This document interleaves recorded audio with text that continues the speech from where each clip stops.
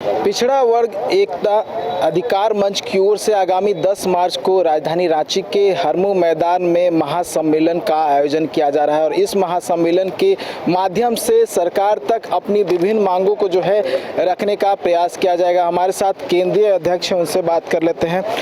आप लोग आगामी 10 मार्च को एक महासम्मेलन का आयोजन कर रहे हैं। इस महासम्मेलन का उद्देश्य क्या है और क्या कुछ मांगे होंगी जो सरकार तक आप लोग रखने की कोशिश करेंगे? हमारे जो पिछड़ा वर्ग ओबीसी एकता अधिकार मंच का जो महासम्मेलन हरमू मैदान में होने जा रहा है, उसमें हमारा 11 सूत्री मांग है।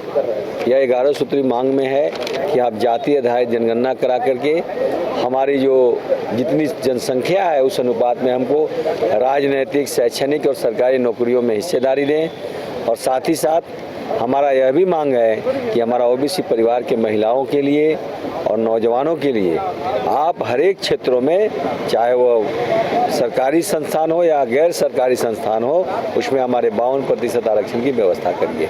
साथ ही साथ हम लोगों ने यह भी बातों को रखा है कि हम ओबीसी समाज के छात्र छात्राओं के लिए हमारा राज्य में, जिला में और प्रखंड में सभी जगहों पर उनके लिए निःशुल्क छात्रावास की व्यवस्था आप कराइए, ओबीसी छात्रावास की व्यवस्था कराइए।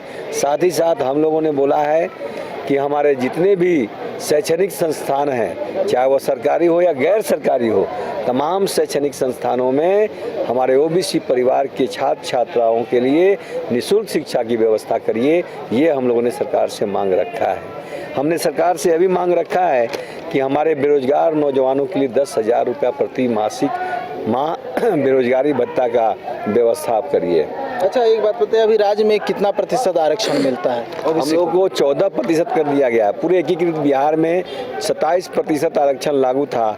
हमारे मंडल कमीशन के माध्यम से हमारा आरक्षण लागू था और यह झारखंड सरकार में हम लोग घटा करके 14% कर दिया गया है।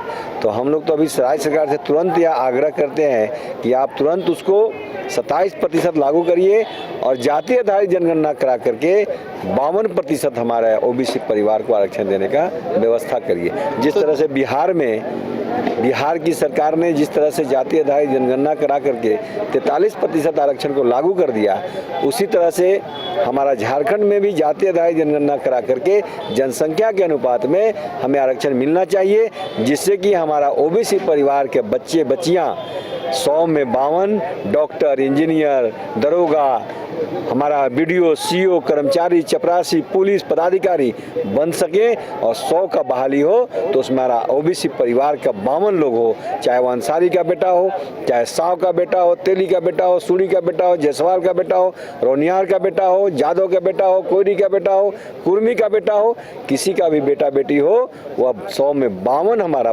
पदाधिकारी और अधिकारी हो। हेमंत सरकार में 27% आरक्षण का जो है विधेयक पारित किया गया था, वो कहाँ पे अटका हुआ है मामला? पारित किया गया था, राज्य सरकार की इच्छा शक्ति की कमी है, कैसे अटका हुआ मामला रहेगा?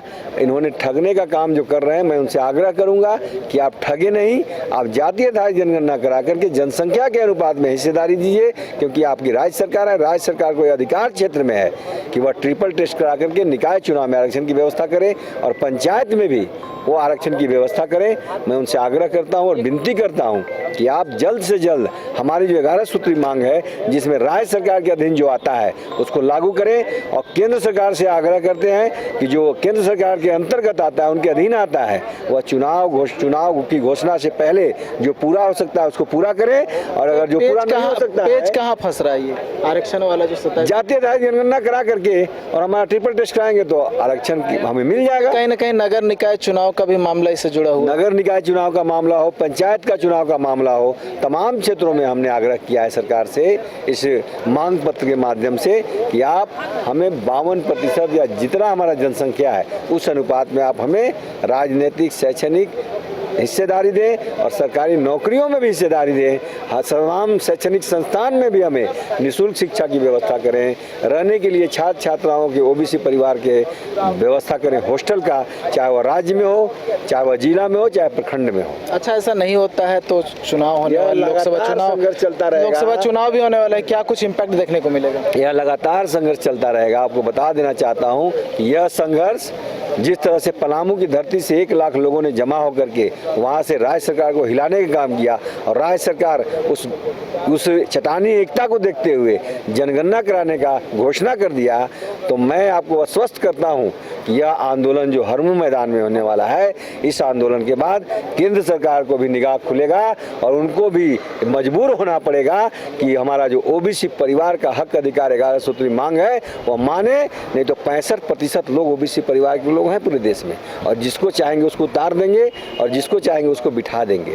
तो इसलिए जो ओबीसी का बात करेगा वही सत्ता पर राज करेगा। हम लोगों ने नारा दिया है और यह भी नारा दिया है कि ओबीसी चल पड़ा, रुकेगा नहीं।